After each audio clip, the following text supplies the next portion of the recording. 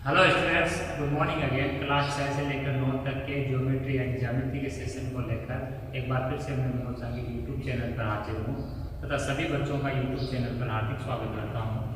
पिछली क्लास में हमने बच्चों चतुर्भुजों के जो प्रकार उनको डिस्कशन किया। आज की इस क्लास में हम सर्कल यानी वृत्त के बारे में पढ़ेंगे। तो आज की हमारी हेडिंग है वृत्त।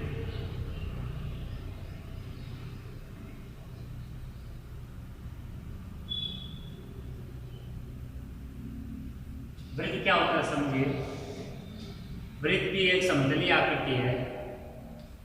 वृत्त एक ऐसी समतलीय आकृति है कि किसी एक स्थिर बिंदु से अगर हम सदैव समान दूरी पर रहकर गति करें तो वो जो अब जितने भी बिंदु होंगे जो स्थिर बिंदु से समान दूरी बनाए हुए होंगे उनका जो चलायमान जो पथ होगा यानी जो रास्ता होगा वो रास्ता जिस आकृति को बनाता है वो आकृति क्या होती है आपकी वृत्त। तो वृत्त की परिभाषा समझिए। वृत्त ऐसे असंख्य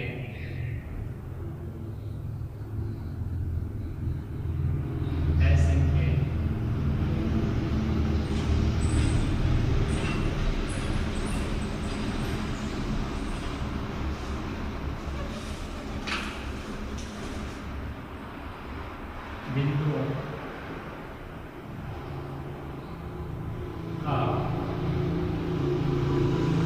बिंदु पर वृत्त ऐसे असंख्य बिंदुओं का बिंदुपथ होता है जो एक स्थिर बिंदु से सदैव समान दूरी पर रहकर गति करते हैं।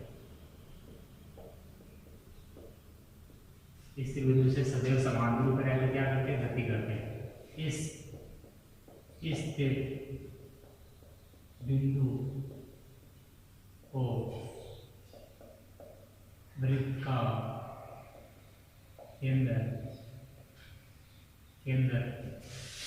कहते हैं तथा कैपिटल सी या ओ से प्रदर्शित करते हैं। अब वृत्त का चित्र समझिए।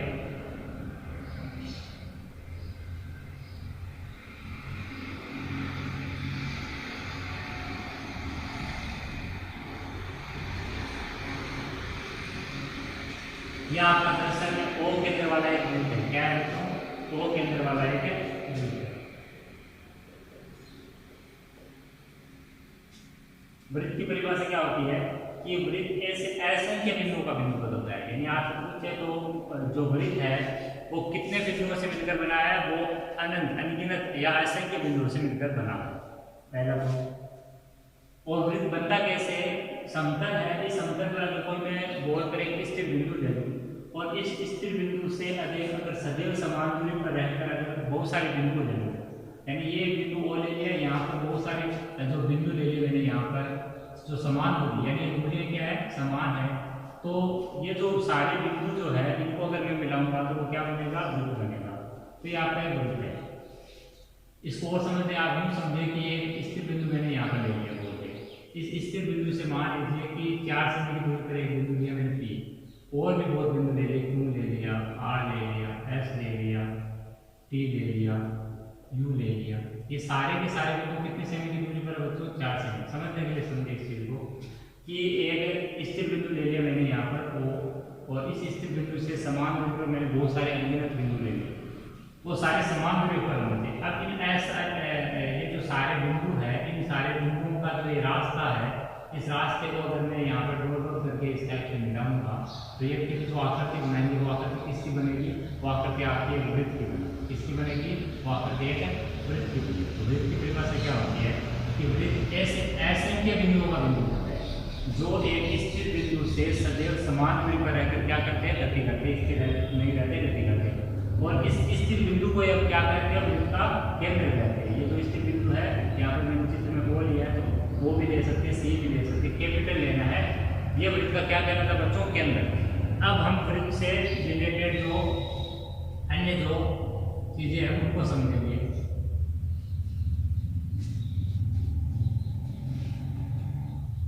अगला हमारा कि वृत्त से संबंधित महत्वपूर्ण परिभाषाएं। वृत्त से संबंधित जो महत्वपूर्ण परिभाषाएं हैं हम उनको समझेंगे। एक नंबर है वृत्त की त्रिज्या। एक नंबर क्या बच्चों, वृत्त की त्रिज्या। केंद्र को मैंने बताया कि स्थिर बिंदु को वृत्त का केंद्र कहेंगे। वृत्त की त्रिज्या क्या होती है, वृत्त की त्रिज्या क्या होती है, चित्र से समझिए। ये मान लीजिए आपका एक वृत्त है, ये इसका केंद्र O है, तो इस केंद्र से यहाँ तक ये जो चीज है वो आपके इस वृत्त की क्या कहलाती है, परिधि। ये वृत्त की क्या है, दरअसल परिधि। ये सारी की सारी जो है वो वृत्त की क्या बच्चों, ये परिधि है। ये बाहर वाला जो है वो वृत्त की परिधि है। अब वृत्त के केंद्र से परिधि पर स्थित कोई भी जो बिंदु है, वृत्त के केंद्र से वृत्त की परिधि तक की जो दूरी कह दो, या वृत्त के केंद्र से वृत्त की परिधि पर किसी भी बिंदु को मिलाने से जो रेखाखंड बनता है वो वृत्त की क्या कहलाती है, त्रिज्या कहलाती है।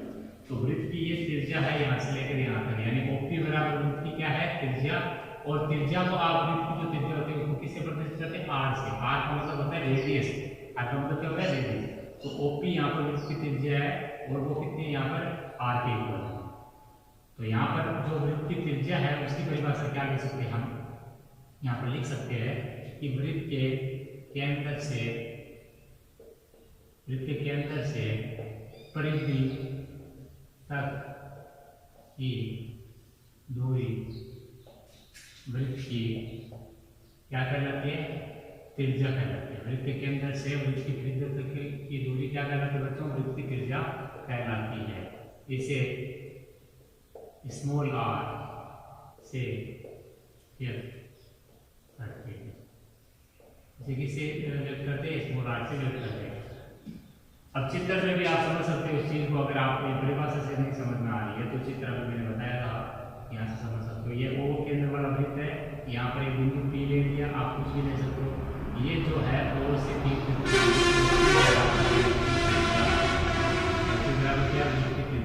बराबर किससे, K बराबर है R के बराबर है, R से इसको निरूपित करते हैं। अगला है हमारा वृत्त की त्रिज्या हो जाने के बाद में वृत्त की जीवा। अगली चीज क्या बच्चों, वृत्त की जीवा। 2 नंबर है आपका वृत्त की जीवा क्या है, उसको हम समझने की कोशिश करते हैं। तो वृत्त की परिभाषा में सेकंड है वृत्त की जीवा। वृत्त की जीवा क्या होती है, वृत्त की परिधि पर स्थित कोई भी दो बिंदुओं को मिलाने से जो न्यूनतम दूरी प्राप्त होती है उसी न्यूनतम दूरी को हम क्या कहेंगे, वृत्त की जीवा। समझा बच्चों, वृत्त की जो परिधि है उस पर कोई से भी दो बिंदु लेकर हम उनको अगर मिला दें आपस में तो वो जो रेखाखंड बनता है वो क्या कहलाता है, वृत्त की जीवा कहलाता है, जीवा होती है। तो आप कह सकते हो वृत्त की परिधि पर स्थित किन्हीं भी दो बिंदुओं को मिलाने से बना रेखाखंड वृत्त की जीवा होती है। जैसे चित्र से समझ सकते हो आप, इसमें एक वृत्त है जिसका केंद्र पीछे हो लिया है। अब इस O केंद्र वाले जो वृत्त है, O केंद्र वाला जो वृत्त है, इसमें अगर मैंने यहाँ पर परिधि पर बिंदु एक P ले लिया, एक यहाँ पर क्या ले लिया, Q, तो P और Q को अगर मैं मिला दूँ तो PQ जो है वो आपका क्या होगा, रेखाखंड होगा। क्लियर है, PQ आपका क्या होगा, रेखाखंड होगा। और PQ जो रेखाखंड है ये 2P भी कह सकते हो, PQ को या 2P को, क्योंकि रेखाखंड में मैंने बताया था। तो PQ जो रेखाखंड है वो क्या है, ये आप यहाँ पर क्या है, ये आप क्या है, यहाँ PQ बराबर वृत्त की जीवा। पी क्यू बराबर वृत्त की क्या होगी? जीवा। क्लियर हो रहा है सारा? अब हम वृत्त की जीवा होने के बाद में अब हम बात करेंगे वृत्त का व्यास। इस पर बात करेंगे हम वृत्त के व्यास पर बात करेंगे कि वृत्त का व्यास क्या होता है। तो थर्ड नंबर हमारा जो है इसमें वो है वृत्त का व्यास। अब समझे बच्चों, वृत्त का व्यास ये इम्पोर्टेंट है। त्रिज्या और व्यास में रिलेशन होता है कि वृत्त का जो व्यास है वृत्त की त्रिज्या का क्या होता है? दुगुना। जैसे वृत्त की त्रिज्या 4 सेमी तो वृत्त का व्यास कितना होगा बच्चों? 8 सेमी। या वृत्त का व्यास 8 सेमी तो त्रिज्या वृत्त की कितनी हो जाएगी? 4 सेमी। तो आप कह सकते हो कि वृत्त का व्यास क्या है? वृत्त का व्यास भी एक जीवा है, लेकिन वो वृत्त की क्या है? सबसे बड़ी जीवा। अगर आपसे पूछा जाए वृत्त की सबसे बड़ी जीवा क्या है, तो वृत्त की सबसे बड़ी जीवा क्या है, तो आप कहोगे वृत्त का व्यास। और वृत्त का व्यास है उसकी परिभाषा क्या दोगे कि वृत्त की परिधि पर स्थित किन्हीं दो बिंदुओं को मिलाने से बना ऐसा रेखाखंड जो वृत्त की कहाँ से होकर गुजरता हो? केंद्र से होकर। मेन पॉइंट इसमें है कि वृत्त की वो जीवा जो वृत्त के केंद्र से होकर गुजरती है वो वृत्त का क्या होती है? व्यास। तो आप लिख सकते हो वृत्त की एक ऐसी जीवा जो सदैव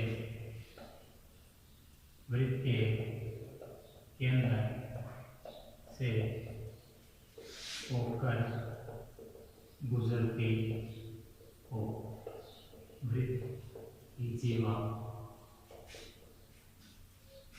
वृत्त का व्यास कहलाती है। वृत्त की ऐसी जीवा जो वृत्त के कहाँ से होकर गुजरती है? केंद्र, वो वृत्त का व्यास होती है। बाकी वृत्त की जीवा ही होती है। ध्यान रखना। अगला पॉइंट इसमें है कि वृत्त का व्यास वृत्त की त्रिज्या का क्या होता है? दुगुना। कितना होता है? दुगुना होता है। इसे b से व्यक्त करते हैं। किससे व्यक्त करते बच्चों? b से। अर्थात b बराबर 2 गुना r यानी 2r। b बराबर कितना हो गया? 2 गुना। मैंने लिखा वृत्त का व्यास वृत्त की त्रिज्या का दुगुना होता है, तो त्रिज्या r है उसका दुगुना। r गुना 2 कर दिया बराबर कितना हो गया? 2r। वो क्या चीज होती है? वृत्त का व्यास। इसको किससे प्रदर्शित करते हैं? b से। तो d यानी व्यास बराबर क्या हो गया? 2 गुना त्रिज्या। वृत्त की त्रिज्या का दुगुना क्या होता है? वृत्त का व्यास। और इस चीज को आप चित्र में देख सकते हो आसानी से। अगर आपको परिभाषा समझ में नहीं आ रहा है कोई चीज, तो आप चित्र से भी आराम से इस चीज को समझ सकते हो। यह आपका एक वृत्त है, इसका केंद्र O लिया है। यहाँ पर मान लीजिए P पॉइंट, यहाँ Q पॉइंट। तो अब P और Q वृत्त का क्या है? व्यास है। क्यों? क्योंकि P और Q जो है उसको मिलाने वाला जो रेखाखंड है वो कहाँ से होकर गुजरता है? वो आपके वृत्त के केंद्र से होकर गुजरता है। P और Q को मिलाएंगे तो दरअसल वो एक जीवा है, लेकिन वो जीवा कहाँ से होकर गुजरेगी? केंद्र से।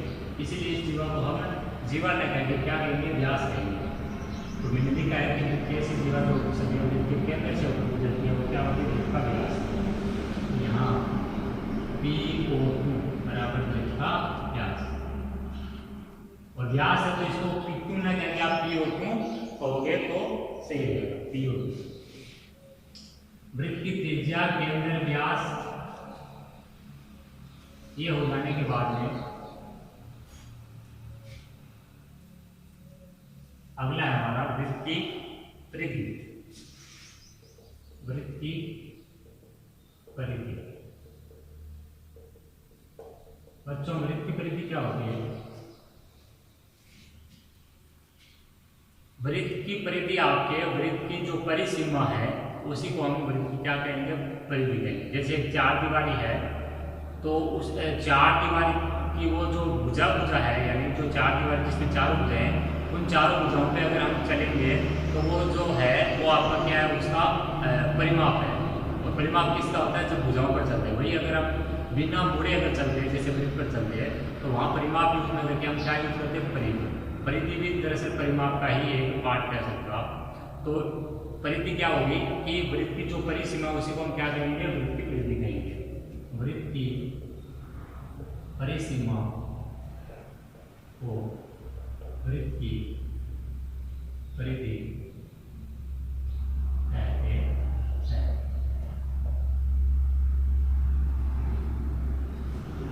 वृत्त की परिधि बराबर क्या होता है? ध्यान रखिए, वृत्त की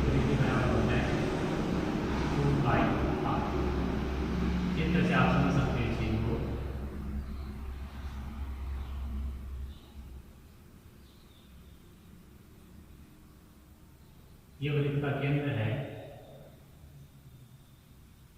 ये वृत्त की परिधि है। ये क्या वृत्त की परिधि, ये बाहर की जो परिसीमा है इसी को हम क्या कहेंगे, वृत्त की परिधि कहेंगे।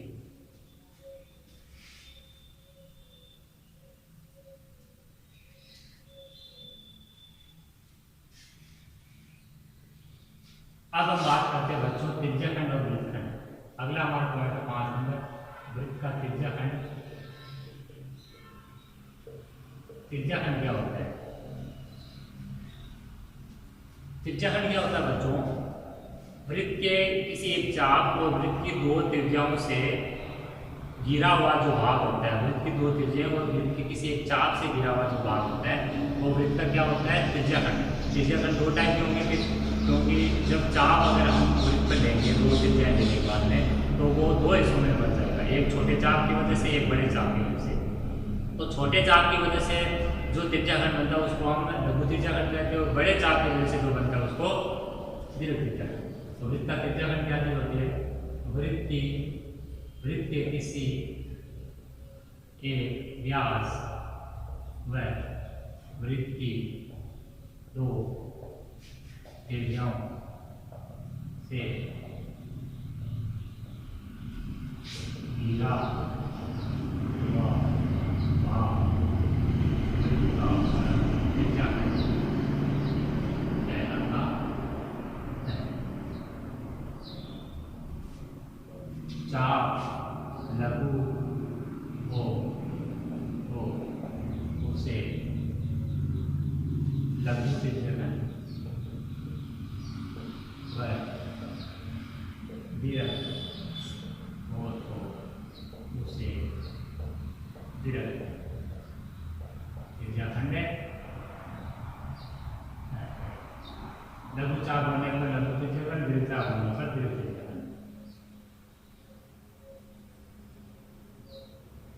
थोड़ा बड़ा बना लेते हैं।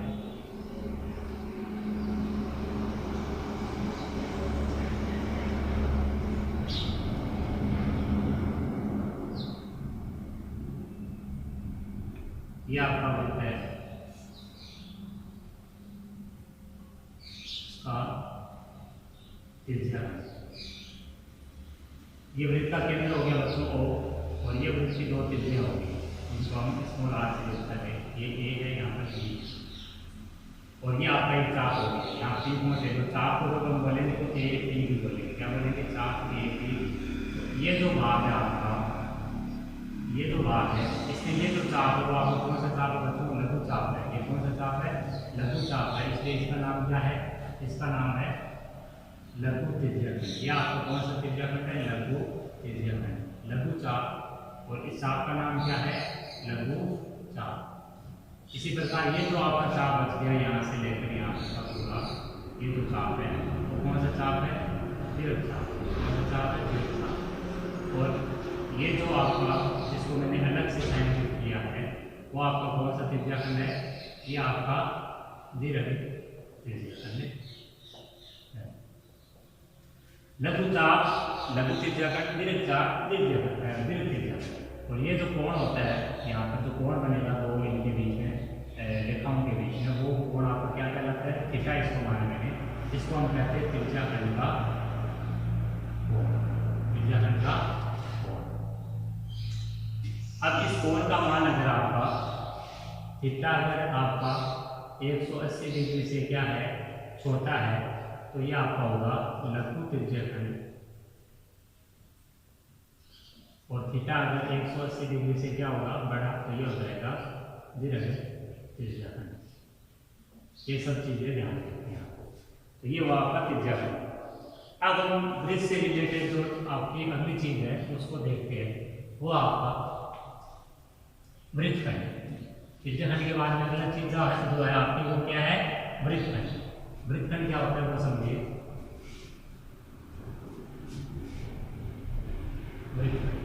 त्रिज्याखंड में लघु और दीर्घ होते हैं, वृत्तखंड में क्या होता है? लघु और दीर्घ। वृत्तखंड क्या होता है? वृत्त की दो आपकी जो वृत्त के एक चाप और वृत्त की किसी एक जीवा से जो घिरा हुआ भाग होता है उसको हम क्या कहते हैं? वृत्तखंड। वृत्तखंड कैसा भाग होता है? वृत्त के किसी एक चाप, लेकिन त्रिज्याखंड और वृत्तखंड में दोनों में चाप तो ओबेलिस्ट है, चाप तो होगा ही, लेकिन त्रिज्याखंड में त्रिज्याएं होगी और वृत्तखंड बनेगा वो किससे बनेगा, जीवा से। तो वृत्त के किसी एक चाप और वृत्त की किसी एक जीवा से घिरा हुआ भाग क्या कहलाता है, वृत्तखंड। अब वृत्तखंड में अगर वो चाप लघु होगा तो लघु वृत्तखंड होगा, चाप अगर दीर्घ होगा तो दीर्घ वृत्तखंड। तो आप कह सकते हो वृत्त के किसी एक चाप व वृत्त की किसी एक जीवा। अब जीवा यहाँ पर ध्यान रखिए व्यास को छोड़ रहा है, जीवा किसको छोड़ रहा है, व्यास को छोड़, व्यास नहीं होना चाहिए, मेन पॉइंट है व्यास नहीं होना चाहिए। किसी एक जीवा से घिरा हुआ वृत्तखंड कहलाता है। क्या कहलाता है बच्चों, वृत्तखंड कहलाता है। लघु चाप हो तो उसे लघु वृत्तखंड व चाप दीर्घ हो तो उसे दीर्घ वृत्तखंड कहते हैं। लघु चाप होगा तो लघु वृत्तखंड, दीर्घ चाप होगा तो उसे दीर्घ वृत्तखंड कहेंगे, ये ध्यान रखिए। तो चित्र से समझिए,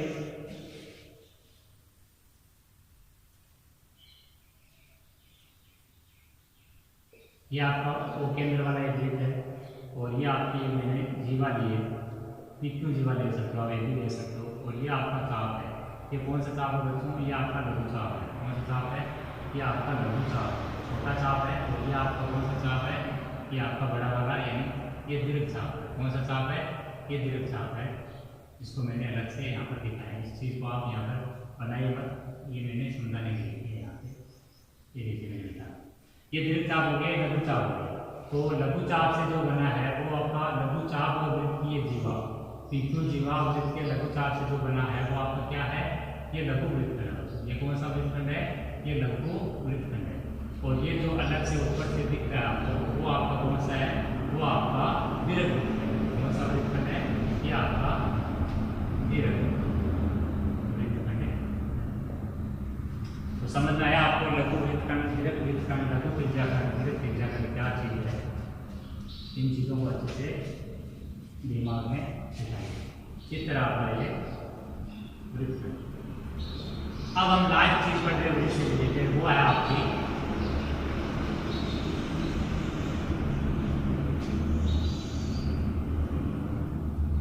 अर्धवृत्त। कौन सी चीज है बच्चों, अर्धवृत्त। अर्धवृत्त क्या होता है वो समझिए।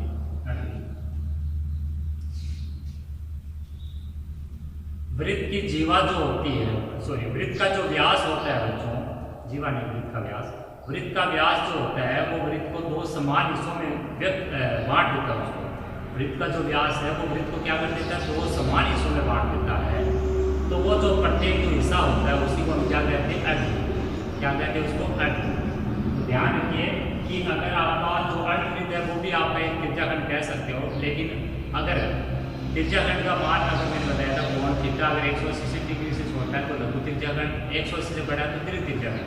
लेकिन पूरा अगर 180 होगा तो दिमाग में रखिए थीटा बराबर 180 डिग्री कहने का मतलब है कि वो आपका क्या है, अर्धवृत्त। वृत्त का व्यास वृत्त को दो समान हिस्सों में क्या करता है, दो समान हिस्सों में बांटता है। तब अलग हुए प्रत्येक हिस्से को, अलग हुए प्रत्येक हिस्से को क्या कहेंगे, वृत्त का, सॉरी अलग हुए प्रत्येक हिस्से को क्या कहेंगे, अर्धवृत्त कहेंगे। नोट, त्रिज्याखंड का कोण थीटा बराबर 180 डिग्री हो तो वह त्रिज्याखंड क्या बन जाता है, अर्धवृत्त बन जाता। ये ध्यान रखिए थीटा 180 डिग्री होगा तो वो क्या बन जाएगा फिर आपका अर्धवृत्त है वो बन जाएगा। थीटा 180 से छोटा है लघु त्रिज्याखंड, 180 से बड़ा है दीर्घ त्रिज्याखंड। थीटा पूरा अगर कंप्लीट 180 डिग्री है तो वो आपका फिर क्या बन जाएगा बच्चों, अर्धवृत्त बन जाएगा। अर्धवृत्त को आप चित्र से समझ सकते हो जरा। जैसे ये एक वृत्त है तो इस वृत्त में अगर हम क्या कर दें, इसको व्यास के द्वारा दो हिस्सों में बांट देगा तो वृत्त का जो व्यास होगा वो क्या करेगा, वृत्त को इसको दो समान हिस्सों में बांटेगा। फिर वृत्त का व्यास ले लेंगे, यहाँ पर दो केंद्र है तो पीओ की वृत्त का व्यास है जो क्या कर रहा है, दो समान हिस्सों में बांट रहा है। तो ये आपके जो दो समान हिस्से हुए हैं इन्हीं को हम क्या कहेंगे, अर्धवृत्त कहेंगे। क्या कहेंगे, अर्धवृत्त कहेंगे। तो ये आपका क्या है हिस्सा, ऊपर वाला, और ये जो नीचे वाला जो हिस्सा है वो क्या है, अर्धवृत्त। ये आपके दोनों क्या है, अर्धवृत्त। ये आपके दोनों क्या है, अर्धवृत्त। ये फर्स्ट है, ये सेकंड हिस्सा है। ठीक है प्यारे बच्चों।